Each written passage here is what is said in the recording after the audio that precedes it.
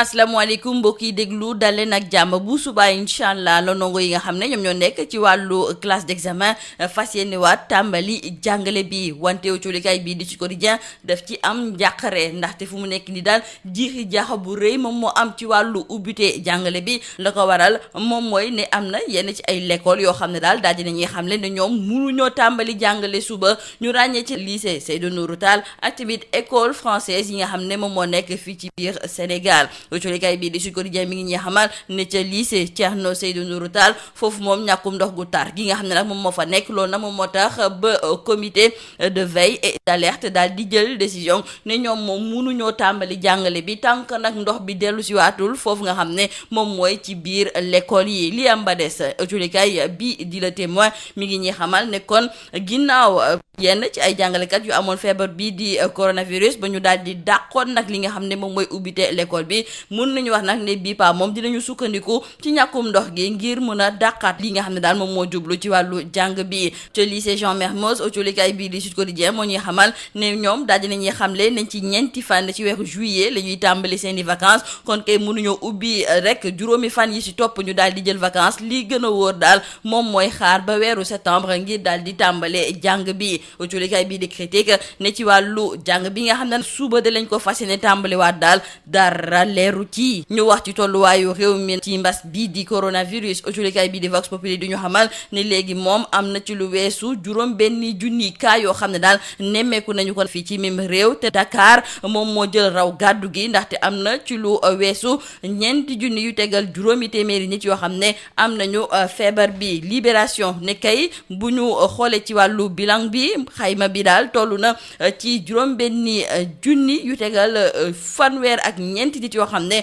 am nañu feebar bii di coronavirus fii ci biir réew mi ñi nga xam ne nag ñoom ñoo nekk fii ci biir Dakar ñoom ñoo ëpp ndaxte weesu nañu nag ñeenti junni yu tegal juróomi téeméer ak juróom-ñett fukk ak juróom loolu moom moo tax ba coolikaay bii di Tribune di ñaan sénégalais yi nag ngir ñu def attention boobu bind na ko ñetti yoon daal di koy fësal ci xëtam bu njëkk ndaxte la ñu njort moom mooy daal ne feebar bii di coronavirus na muy lëmbee nag fii ci biir réew mi daal su fekkente ne nag jëluñu suñuy matuwaay daal dina daal di métti loolu sax moom moo tax ba alliance des syndicats autonomes de la santé démb ginnaaw ab ndaje bañ doon amal ñoom ñu gis nag ne mbas bii di coronavirus ma ngay wéy nag di lëmbee fii ci mim réew ñi nga xam ne ñoom ñoo ci ñàkk seen bakkan di bëri te nag boobu fekk na ne léegi askanu réewum Sénégal faaleetuñu nag li nga xam ne moom mooy geste barrière yi maanaam daal jëlatuñu benn matuwaay ngir fagaru ci wàllu feebar boobu. Les Échos du ñu yëgal ne beneen kàngaam ngi nii daal dinay am mbas bi di Covid 19 muy Mbaye Ndiaye bu Parcelles Assainies moom daal dinay am feebar bi wàllu ko ay soxnaam wàllu ko ay doomam wàllu ko it chauffeur am coolikaay bi di Les Échos du ñu xamal ne ñoo ngi koy faj fa li nga xam ne moom mooy ca hôpital principal bu Dakar moom sax am na ab tan suñu naataango yi nag diñ ci yokk duñu xamal ne moom jotul woon gisee fan yi yëpp ak njiitu réew mi ci ñi nga xam ne nag ñoom ñoo am feebar bi di coronavirus coolikaay bii di Le Soleil mi ngi ñuy xamal ne ñeenti junni ci ñoom nag daal di nañuy wér peng kon loolu moom mooy firndeel ne ñi nga xam ne nag ñoom ñoo faju ba wér ñoom ñoo ëpp fuuf ñi nga xam ne fu mu nekk ni ñu ngi saytu seen yaram ci bërëb yi nga xam ne moom lañu leen jagleel mbas bi di Covid 19 kenn du umpule ne am na ay jafe-jafe nag yu tar yoo xam ne da koy indil koom ci mim réew loolu nag moom moo tax ba coolikaay bi di enquête du ñu xamal ne ci wàllu loi de finances rectificative dina am nag yenn ci ay coppite yoo xam ne dinañ ko ci nemmeeku waa Banque centrale des États de l'Afrique de l'Ouest di BCEAO ñoom it daal dinañuy xamle ne dinañu daal di jël seeni matuwaay ngir nag jàppale yenn ci ay dëkk yoo xam ne daal seen koom-koom dafa tàmbale di nësëx loo sax moom moo tax ba BCEAO dafa fas yéene nag wàññi li ñuy tuddee ay taux directeur li ni mel nag tey jii di ñaar fukki fan ak ñeent ci weeru juin lañ ko fas yéene tàmbalee fa li nga xam ne nag moom mooy ca Somone foofu nguurub Sénégal dafa jël nag suuf su bëri daal di koy jagleel benn promoteur coolikaay bi di laas di ñu xamal ne askan ba yeewoo ca Guéréo ñoom daal dinañuy lank carré ne nag duñu ko nangu tey duñu ko nangu ëllëg daal dinañuy boole seen bopp nag ci ab collectif fas yéene defante ak ñi nga xam ne ñoom ñoo ñu jiite ndaxte nee nañu daal seeni suuf ñoom ñoo ko moom duñu nangu ñu koy jël di ko jox ñeneen coolikaay bi di réew mi quotidien tey ji ab gëstu gu yaatu la daal di amal jëmale ko nag ci ñi nga xam ne dañuy ëmb wasin ba pare daal di rey seen doom ëmb googu nag nekkul lu jaar yoon loolu moom moo gën a tax ba ñoom ñuy faral di doxalee li ni mel tey ji réew mi quotidien seex na waxtaan ak ñoom ku ci nekk di di nettali mbir ya na mu demee naka nga jëfee ak tamit lan moo ko waral. jeexale ko colikaay bii di Dakar Times moom tey ji nag ma ngi ñuy xamal ne manifestation yi nga xam ne moom la ñuy nemmeeku ca Mali tey ji la waalo gën a aay ndaxte fu mu nekk ni daal maliens yi la ñu bëgg moom mooy kii di Ibrahima Boubacar Keïta daal di tekki nobal tànk ñu ko jox ca bopp réew ma. Dakar Times ñu xamal ne sax am na ay njiitu réewum Afrique yoo xam ne ñu ngi leen doon xaar ca Mali ngir naka fexe ba yëy yàbbi jëmale ko ci wàllu crise boobu ñu daal di ci lim ku ci mel ni Alassane Dramane Ouattara ak tamit Macky Sall wante sa mujjantal ga nag seen tukki nemmeeku boobu dañu ko gàntal te fësaluñu nag lan moo waral li ni mel. lii moo nekkoon ba culikaay yi li gën a fës ci biir culikaay yi ñu leen di ñaanal njeextalu bés ak jàmm. Mesdames et messieurs, bonjour. Réouverture des classes d'examen prévues demain, jeudi 25 juin 2020. Selon nos confrères de Sud Quotidien, on s'achemine vers un deuxième fiasco. En effet, nos confrères sont au regret de nous informer que cette rentrée des classes d'examen ne sera pas générale dans le pays et pour cause, certains établissements comme les lycées Seydou Nourou Tall et les écoles françaises au Sénégal ne vont pas se plier à la décision du gouvernement. Au lycée Thierno Seydou Nourou Tall, nos confrères de Sud Quotidien nous expliquent que cette décision est motivée par la question de l'eau, car il y a un manque criard d'eau au niveau de ce lycée et ce, depuis que le pont en face du lycée a été construit. Et en ce qui concerne le lycée français Jean Mermoz, l'on nous signale que l'établissement ouvrira en septembre prochain compte tenu de la situation sanitaire en ce moment. Il y a donc beaucoup d'incertitudes qui pèsent sur la rentrée des classes. Également, il y a celle de certains parents d'élèves qui sont écartelés entre la peur de voir leurs enfants choper la maladie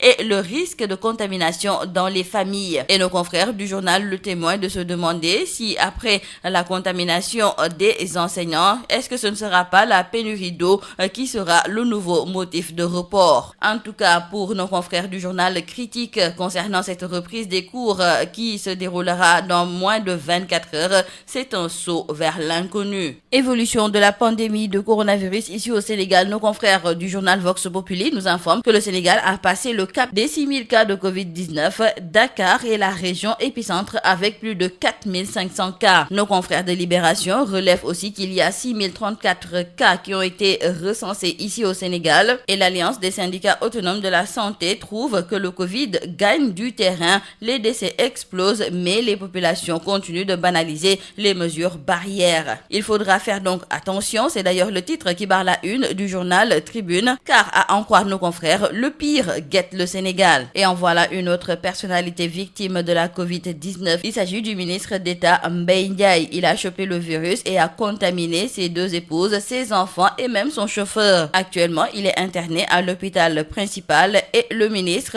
va de mieux en mieux. Et il faut aussi signaler que le nombre de malades guéris est dans une bonne progression, dépassant chaque fois la cinquantaine. Au total, nos confrères du quotidien Le Soleil nous indiquent que 4000 patients sont sortis des 27 centres de traitement des épidémies et sites de prise en charge éparpillés dans le pays. Ainsi, le nombre de malades guéris est le double des cas qui sont actuellement sous traitement et qui se chiffrent à 1898. La pandémie du coronavirus et ses conséquences sur le plan économique, l'on nous signale dans le journal Enquête qu'avec un taux de croissance revu à 1,1%, une baisse de plus de 300 milliards de francs CFA des recettes fiscales, un déficit budgétaire projeté à plus de 6%, les signaux de l'économie sénégalaise virent au rouge à la grande inquiétude du gouvernement qui s'ajuste à travers l'ordonnance du 17 juin modifiant la loi de finances initiale 2020. Et il faut aussi signaler avec nos confrères du journal L'Info que concernant la relance de l'économie, la BCEAO a décidé de baisser ses taux directeurs de 0,50 points. Cette nouvelle mesure a été prise lors d'une réunion du comité de politique monétaire de la Banque centrale des États de l'Afrique de l'Ouest. Cette mesure entre en vigueur à partir d'aujourd'hui. La population de Guéréo est très remontée contre le président Macky Sall. Elle accuse le chef de l'État d'avoir signé un décret pour accorder à l'hôtel Decameron des terres sur la rive droite de la lagune. Un bail qui n'a pas fait l'objet d'une délibération par le conseil municipal de Sindia et qui est perçu par la population comme un hold-up pour les exploiter de leurs terres. Mais qu'à cela ne tienne, les personnes affectées par ce décret regroupées au sein du collectif des impactés ont entamé un combat pour dire non à cette injustice. Dans le journal Réumi Quotidien, Quotidien, nos confrères nous proposent aujourd'hui tout un dossier sur l'infanticide au Sénégal. Et aujourd'hui donc, nos confrères nous plongent dans l'univers des mères tueuses. Et retenons que plusieurs femmes croupissent en prison parce que tout simplement, elles ont tué leur bébé à la naissance. Parfois, c'est dans des conditions inimaginables qu'elles mettent fin à la vie de leur progéniture. Et pour justifier leur acte, elles évoquent pour la plupart la honte. Nos confrères ont recueilli des témoignages de femmes jugées pour délit d'infanticide et elles racontent leurs mésaventures. Et nous terminons par nos confrères du journal Dakar Times qui reviennent sur ces manifestants qui exigent la démission du président malien Ibrahim Boubacar Keïta. Cependant, il faut signaler avec nos confrères que l'Union africaine, les Nations unies et la CEDEAO ont salué le caractère pacifique des manifestations et appelé l'ensemble des acteurs au dialogue et à la retenue. Et il faut signaler que plusieurs chefs d'État de la sous-région, dont le président ivoirien Alassane Dramane Ouattara, Macky Sall, étaient attendus à Bamako pour aider à résoudre la crise malienne. Mais aux dernières nouvelles, cette arrivée a été reportée et il n'y a pas de raison officielle pour le moment pour expliquer ce report. C'est tout à vos journaux et très bonne lecture.